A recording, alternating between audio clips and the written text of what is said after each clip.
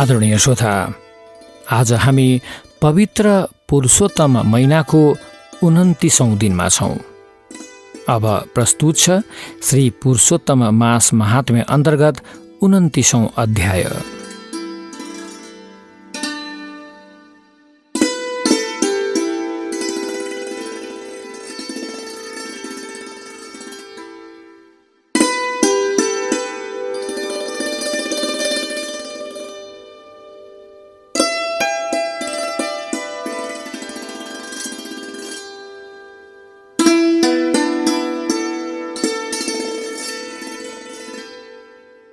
ज्ञान, विज्ञान र अध्यात्मको महत्त्वलाई अगाडि बढाउँदै प्रस्तुत यो अध्यायमा सुतजी भन्नुहुन्छ, हे ज्ञानका पिपासु सौनक आदि ऋषिगण, जब त्यस पूर्वजन्मको लोभी र सङ्कुचित चेतना भएको व्यक्तिले आफ्नो आश्चर्य प्रकट गर्यो, तब परमात्माका ती परम पवित्र र दिव्य दूतहरूले अत्यन्तै मधुर एवं गम्भीर बाणीमा उसलाई सम्बोधन गर्न थाले। दूतहरूले भने, हे जीव, तिमी आफ्नो अज्ञानताका कारण अचम्म मानिरहेका छौ, तर तिमीलाई के थाहा छ कि तिमीले आफ्नो अज्ञात अवस्थामा पनि महान र भारी कार्य सम्पन्न गरेका छौ। हे आत्मन, यो सम्पूर्ण सृष्टिमा सबैभन्दा उत्तम, ऊर्जावान र कल्याणकारी महिनाको महिमालाई तिमीले किन पहिचान गर्न सकेनौ? यो महिना कुनै साधारण समय होइन, यो त स्वयं पुरुषोत्तम नामले प्रसिद्ध भगवान श्री विष्णुको अत्यन्तै प्रिय र ब्रह्माण्डकै महापवित्र समय हो। यस विशेष समयमा ब्रह्माण्डको ऊर्जा यति उच्च हुन्छ कि यस अवधिमा गरिने साना साना सत्कर्महरूले पनि अनन्त गुणा फल प्रदान गर्दछन्। तिमीले त्यस महिनामा यस्तो कठोर र दुर्लभ तपस्या गर्यौ, जुन तपस्या प्राप्त गर्नका लागि ठुला ठुला देवताहरू पनि युगौँसम्म लालायित रहन्छन् र सजिलै प्राप्त गर्न सक्दैनन्। वनको त्यो कठिन परिस्थितिमा एउटा चञ्चल बाँदरको देहमा रहेर तिमीले त्यस पुरुषोत्तम मासको वास्तविक आध्यात्मिक प्रभाव र शक्तिलाई बुझ्न सकेका थिएनौ। तर प्रकृतिको नियम र समय चक्र यस्तो अद्भुत छ कि तिमीले अन्जानमै गरेका भए पनि परमगति प्राप्त गर्ने आधार तयार गर्यौ। त्यस जन्ममा तिम्रो मुखमा एउटा गम्भीर र कष्टदायक रोग लागेको थियो, जसका कारण तिमीले कुनै पनि अन्न वा ठोस पदार्थ ग्रहण गर्न सक्दैनथ्यौ। तिम्रो त्यो शारीरिक असमर्थता र कष्ट वास्तवमा तिम्रो लागि एउटा अभूतपूर्व निराहार उपवास बन्न पुग्यो। तिमीले बाध्यतामा भए पनि आफ्नो इन्द्रिय र भोकलाई नियन्त्रण गर्यौ, जसले तिम्रो शारीरिक र मानसिक अशुद्धिहरूलाई आगोले जस्तै जलाएर नष्ट गरिदियो। यति मात्र होइन, तिमीले आफ्नो बाँदरपनको नैसर्गिक चञ्चलता र स्वभावका कारण वृक्षमा चढेर थुप्रै गुलिया र रसिला फलहरू तोड्यौ र तिनीहरूलाई पृथ्वीमा फ्याँकिदियो। तिम्रो दृष्टिमा त्यो केवल एउटा चञ्चल चेष्टा मात्र थियो, तर ती रुखबाट खसेका फलहरू प्राप्त गरेर वनमा भौतारिरहेका भोकाएका र असहाय अन्य मनुष्यहरू र जीवहरूले आफ्नो भोक मेटाए, जसबाट उनीहरू पूर्ण रूपमा तृप्त र खुसी भए। अध्यात्मको मार्गमा परोपकार र अरूको भोक मेटाउनु भन्दा ठुलो कुनै साधना हुँदैन। तिमीले अन्जानमै भए पनि ती भोका आत्माहरूको सेवा गर्यौ र उनीहरूको आशीर्वाद तिम्रो आन्तरिक चेतनामा समाहित भयो। यसका साथै तिम्रो मुखको त्यो तीव्र र असह्य पीडाका कारण तिमीले तिर्खा लाग्दा पनि पानीको एउटा थोपा समेत पिउन सकेनौ। यसरी तिम्रो त्यो अवस्था जलविहीन र अन्नविहीन एउटा परम पावन महाव्रतमा परिणत भयो। यसै कारणले गर्दा तिम्रो अज्ञानता र अन्जान अवस्थामा पनि जीवनको एउटा ठुलो र भारी तपस्या स्वतः सम्पन्न हुन पुग्यो। फलहरू भुइँमा खसाल्ने तिम्रो चञ्चल कार्यले संसारमा परोपकार र सेवाको उच्चतम आदर्शलाई चरितार्थ गरिदियो। अझ अर्को महत्त्वपूर्ण के छ भने तिमीले त्यस पवित्र तीर्थस्थलको जलमा लगातार 5 पटकसम्म गोता खायौ, अर्थात् स्नान गर्यौ। पुरुषोत्तम मासको पवित्र अवधिमा कुनै पनि पवित्र जलाशय वा तीर्थमा गरिएको स्नानले जीवलाई जन्मजन्मान्तरको पाप र नकारात्मक संस्कारलाई पखाल्ने काम गर्दछ। तिम्रो त्यो स्नानले पुरुषोत्तम मासको शास्त्रोक्त स्नानको पूर्ण र अलौकिक फल तिम्रो खातामा जम्मा गरिदियो। त्यसैले हे जीव, तिमीले जे जति कष्ट भोग्यौ र जे जति क्रियाहरू गर्यौ, ती सबै यस पवित्र महिनाको प्रभावले गर्दा पूर्ण रूपमा सफल र सार्थक हुन पुगेका छन्। तिम्रो अज्ञात साधना नै आज तिम्रो मुक्तिको द्वार बनेको छ। श्री नारायण अगाडि भन्नुहुन्छ, हे नारद, जब ती दिव्य दूतहरूले यसरी विस्तारपूर्वक उसको पूर्व जन्मको वृत्तान्त र उसको अद्भुत भाग्यको रहस्य खोलेर सुनाए, तब त्यस जीवको मनमा रहेको सम्पूर्ण भ्रम, अज्ञानता र संशयको अन्धकार क्षणभरमै विलीन भयो। उसले बुझ्यो कि परमात्माको न्याय र करुणा कति अगाध छ, जहाँ एउटा पशुको देहमा परोपकार र कष्टपूर्वक गरिएको उपवासलाई पनि यति ठुलो आदर दिइन्छ। आफ्नो यस अलौकिक र परम भाग्यको कुरा सुनेर उसको हृदय कृतज्ञता र आनन्दले भरिएर आयो। तत्पश्चात ऊ आफ्नो भौतिक र सांसारिक बन्धनहरूबाट पूर्ण रूपमा मुक्त भएर शुद्ध ज्योतिर्मय स्वरूप धारण गरी परम धाम अर्थात् गोलोकलाई प्राप्त भयो। गोलोक धाम भनेको शुद्ध चेतना, शाश्वत शान्ति र असीम आनन्दको त्यो अवस्था हो जहाँ पुगेपछि जीव कहिले पनि दुःख र मोहको संसारमा फर्कनु पर्दैन।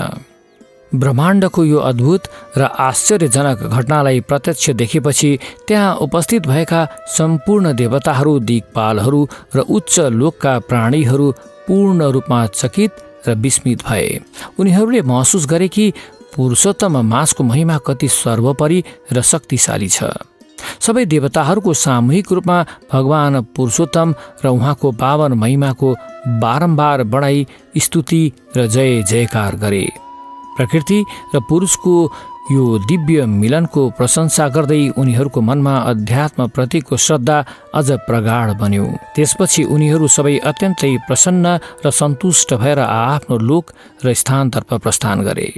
यति सुनेपछि देवर्षि नारदजीको हृदयमा मानव कल्याणका लागि अझ गहिरो जिज्ञासा उत्पन्न भयो।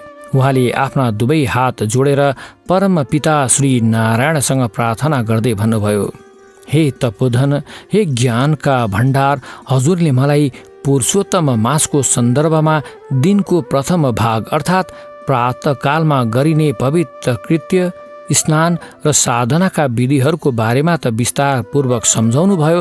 अब कृपा गरेर मलाई यो बुझाइदिनुहोस् कि साधकले दिनको पछिल्लो भाग अर्थात् मध्याह्न र रात्रिकालको कृत्य कसरी सम्पादन गर्नुपर्दछ।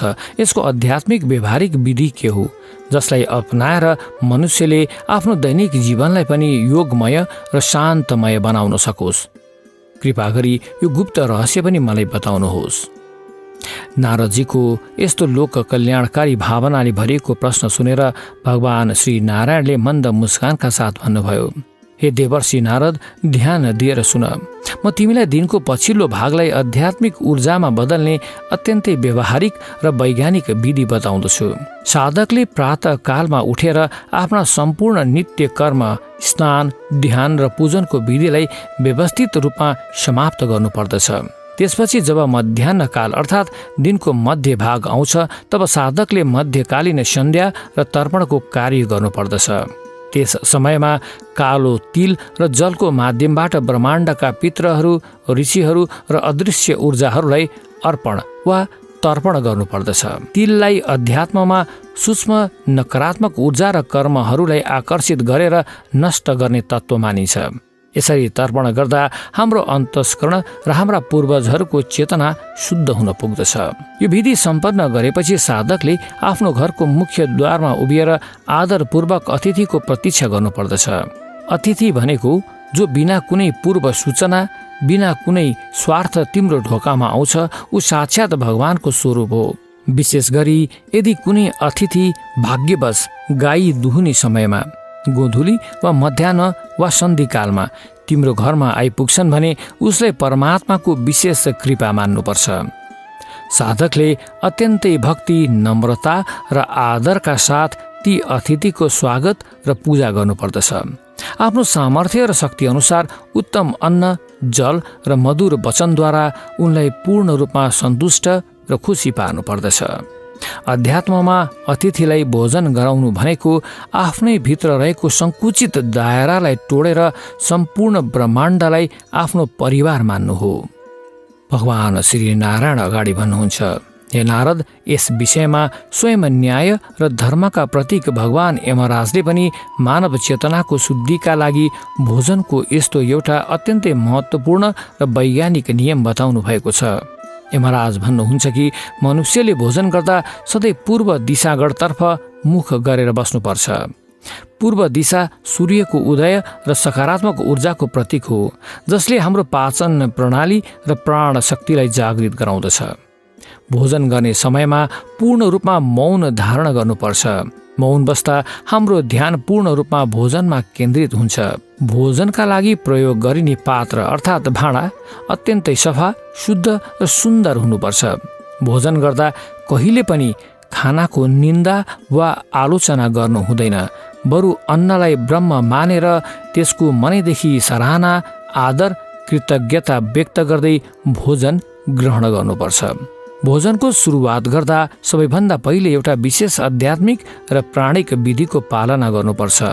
पहिलो, मन्त्र र ओमकार। भोजन सुरु गर्नभन्दा अघि मन्त्रको अन्त्यमा स्वाहा र सुरुमा ओमकार, ओमको गम्भीर र सचेत उच्चारण गर्नुपर्छ। यसले भोजन र आन्तरिक वातावरणलाई पवित्र बनाउँदछ। भोजनमा घृतको मिश्रण हुनुपर्छ। भोजनमा घिउले अन्नको प्राण शक्तिलाई सन्तुलित र सुपाच्य बनाउँदछ। भगवान नारायण भन्नुहुन्छ, विशेष गरी अध्यात्मको मार्गमा हिँड्ने उच्च विवेक भएका साधकहरूले शास्त्र र प्रकृतिको नियम विपरीत रहेका अभक्ष्य, तामसिक, उत्तेजक र अपवित्र पदार्थहरूको कदापि सेवन गर्नु हुँदैन। कस्तो भोजन अभक्ष्य हो त? यसको जवाफ दिँदै शास्त्रले भनेको छ कि धेरै समय अगाडि पकाएर सुकेको, बासी भएको, दुर्गन्धित भएको वा नकारात्मक मानसिकता भएका व्यक्तिहरूले पकाएको भोजन पूर्ण रूपमा अभक्ष्य र त्याज्य हो। त्यस्तो बासी र दूषित भोजनले मानिसको बुद्धि र चेतनालाई अन्धकारतर्फ धकेल्छ र शरीरमा अनेक प्रकारका रोगहरू उत्पन्न गराउँदछ। भोजनको आसनमा बसिसकेपछि मानिसले कहिले पनि धर्म, सत्य र श्रेष्ठ मार्गको विरोध वा निन्दा गर्ने खालका नकारात्मक कुराकानी गर्नु हुँदैन। भोजन भनेको एउटा पवित्र यज्ञ हो। यसलाई पूर्ण शान्ति र पवित्रताका साथ सम्पन्न गर्नुपर्छ। भोजन गरिसकेपछि साधकले श्रेष्ठ शास्त्रहरूको आश्रय लिनुपर्छ र संसारका सर्वोच्च र शुद्ध चेतनाका स्वरूप परब्रह्म श्रीकृष्णको स्वरूप र सूत्रहरूको बारेमा चिन्तन मनन गर्नुपर्छ। जीवनमा जस्तोसुकै कठिन परिस्थिति किन नआओस्, बुद्धिमान र विवेकशील पुरुषले आफ्नो जीविकोपार्जन वा आजीविकाको साधन नहुँदा वा चरम आर्थिक सङ्कट पर्दा पनि आफ्नो मानसिक सन्तुलन गुमाउनु हुँदैन। यस्तो कठिन समयमा पनि उसले आफ्नो मनलाई पूर्ण रूपमा एकाग्र र शान्त बनाएर दिनमा कम्तीमा 2 घडी अर्थात् लगभग 48 मिनट अनिवार्य रूपमा आत्मविद्या अर्थात् आत्मज्ञान, अध्यात्म र सत्यको बाणी श्रवण गर्नुपर्छ। आत्मविद्याको श्रवणले मानिसलाई संसारको अनित्यता र आफ्नो वास्तविक अमर स्वरूपको बोध गराउँदछ, जसले गर्दा उसले ठुला ठुला दुःखहरूलाई पनि सहजै झेल्न सक्दछ। यो आध्यात्मिक अभ्यास सकेपछि मात्र साधकले आफ्नो दैनिक जीवनका आवश्यक कामधन्दा, व्यापार, कृषि वा जागिर जस्ता व्यावहारिक कार्यमा आफूलाई लगाउनु पर्दछ। तर संसारको काम गर्दा पनि उसको भित्री चेतना संसारमै अल्झिनु हुँदैन। उसले आफ्नो मनको एउटा कुनामा सधैँ सम्पूर्ण सिद्धि, सफलता र परम शान्ति प्रदान गर्नुहुने भगवान श्री कृष्णचन्द्रको दिव्य स्वरूप र उपस्थितिलाई महसुस गरिरहनुपर्छ। बाहिर हातले काम गर्ने र भित्री मनले परमात्माको स्मरण गर्ने यो नै वास्तविक कर्मयोग हो। जब भगवान श्री सूर्य अस्ताचलतर्फ प्रवेश गर्नुहुन्छ र सन्ध्याकाल सुरु हुन्छ, तब साधकले कुनै पवित्र तीर्थस्थल, नदीको किनार वा आफ्नो घरमा राम्रोसँग हात, खुट्टा र मुख धुनुपर्छ। शरीर सफा गरेपछि उसको सायकालीन सन्ध्या र ध्यानको आसनमा बस्नुपर्छ। सायं सन्ध्याको माध्यमबाट दिनभरिका मानसिक तनाव र विचारहरूलाई विसर्जन गर्नुपर्छ। सन्ध्या कार्य समाप्त गरेपछि घरको पवित्र यज्ञशाला वा पूजा स्थानमा गएर अग्निलाई आदरपूर्वक आहुति, धूप वा हव्य अर्पण गर्नुपर्छ। अग्निमा आहुति दिनु भनेको प्रकृतिको ऊर्जा र वायुमण्डललाई शुद्ध बनाउने यो वैज्ञानिक तरिका हो। त्यसपछि साधकले आफ्ना आश्रितहरू, परिवारका सदस्यहरू र सेवकहरू सँगसँगै बसेर अत्यन्तै हल्का, सात्विक र सुपाच्य भोजन ग्रहण गर्नुपर्छ। रात्रिकालमा धेरै भारी भोजन गर्दा ध्यान र स्वास्थ्य दुवैमा बाधा पुग्छ। भोजन गरिसकेपछि साधकले तकिया आदिले सुसज्जित सफा र कोमल शय्या ओछ्यानमा आराम गर्नुपर्छ। सुत्ने समयमा पनि परमात्माको काखमा सुतेको भावका साथ एउटा ध्यानकै रूपमा बदल्नुपर्छ। भगवान श्री नारायण र नारद बीचको यो संवाद गृहस्थ जीवन जिउने हरेक मानिसका लागि एउटा अमूल्य मार्गदर्शक हो। शास्त्रले गृहस्थ पुरुष र महिलाहरूलाई आफ्नो पारिवारिक र सामाजिक जिम्मेवारीबाट भाग्न कहिले सिकाउँदैन। गृहस्थी पुरुषले सधैँ भलीभाँति र पूर्ण इमान्दारिताका साथ आफ्ना गृहस्थीका कर्म, कर्तव्य र जिम्मेवारीलाई पूरा गर्नुपर्छ। तर यी सबै सांसारिक कामहरू गर्दा गृहस्थीले केही सार्वभौम र शाश्वत आध्यात्मिक मूल्यहरूलाई आफ्नो जीवनको जग बनाउनु आवश्यक छ। गृहस्थले आफ्नो जीवनमा कहिले पनि कुनै पनि प्राणीलाई विचार, बाणी वा कर्मद्वारा बिना कारण चोट वा पीडा पुर्याउनु हुँदैन। अहिंसा नै परम धर्म हो। कसैको मन दुखाउन वा भौतिक रूपमा हानि पुर्याउनुले मानिसको आन्तरिक ऊर्जालाई दूषित बनाउँदछ। गृहस्थको बाणी सधैँ सत्य, प्रिय र कल्याणकारी हुनुपर्छ। असत्य र छलको जगमा उभिएको जीवन कहिले पनि शान्त हुन सक्दैन। सत्यको मार्गमा हिँड्दा मन दृढ र निर्भय बन्दछ। संसारका सबै जीवित प्राणीहरूको रक्षा गर्नु र उनीहरूप्रति आफ्नो हृदयमा करुणा, सहानुभूति र दयाको भाव राख्नु प्रत्येक गृहस्थको परम कर्तव्य हो। जब हामी अरू जीवहरूको रक्षा गर्दछौँ तब वास्तवमा हामी अस्तित्वकै सेवा गरिरहेका हुन्छौँ। यी नै ती मूलभूत धर्म र नियमहरू हुन् जसले एउटा साधारण गृहस्थलाई पनि बिस्तारै बिस्तारै परम चेतनाको शिखरमा पुर्याउन मद्दत गर्दछ। अध्यात्म घर छोडेर जङ्गल जानु होइन, घरमै रहेर आफ्नो अहङ्कार र विकारहरूलाई छोड्नु हो। सुतजी भन्नुहुन्छ, हे ऋषिहरू, भगवान श्री नारायणले देवर्षि नारदलाई पुरुषोत्तम मासको यस 29औं अध्यायमा दिनको उत्तरार्धको कृत्य र गृहस्थ जीवनको यो परम पावन व्यावहारिक र वैज्ञानिक रहस्य सम्झाउनुभयो। यसले यो प्रमाणित गर्दछ कि हाम्रो प्रत्येक सानो र दैनिक क्रियाकलाप जस्तै भोजन गर्नु, काम गर्नु र सुत्नुलाई पनि कसरी सचेत साधना र योगमा बदल्न सकिन्छ। आगामी 30औं अध्यायमा यो आध्यात्मिक यात्रा अझ नयाँ र दिव्य उचाइमा पुग्नेछ। तबसम्मका लागि आफ्नो भित्रको त्यो निरन्तर साक्षी प्रकाशलाई महसुस गर्नुहोस्। इति श्री पद्म पुराणे अधिक मास महात्म्ये आध्यात्मिक व्रतोद्यापन विधि नाम 29वां अध्याय सम्पूर्ण। जय श्रीमन्नारायण, जय श्रीहरि। आदरणीय श्रोता, रेडियो अध्यात्म ज्योतिको यो युट्युब च्यानललाई यदि यहाँले सब्सक्राइब गर्नुभएको छैन भने सब्सक्राइब गरिदिनु हुन अनुरोध छ। साथै हाम्रा प्रस्तुतिलाई यहाँले लाइक र सेयर गरिदिनु भएमा हामी यहाँहरूप्रति हार्दिक आभार हुनेछौँ।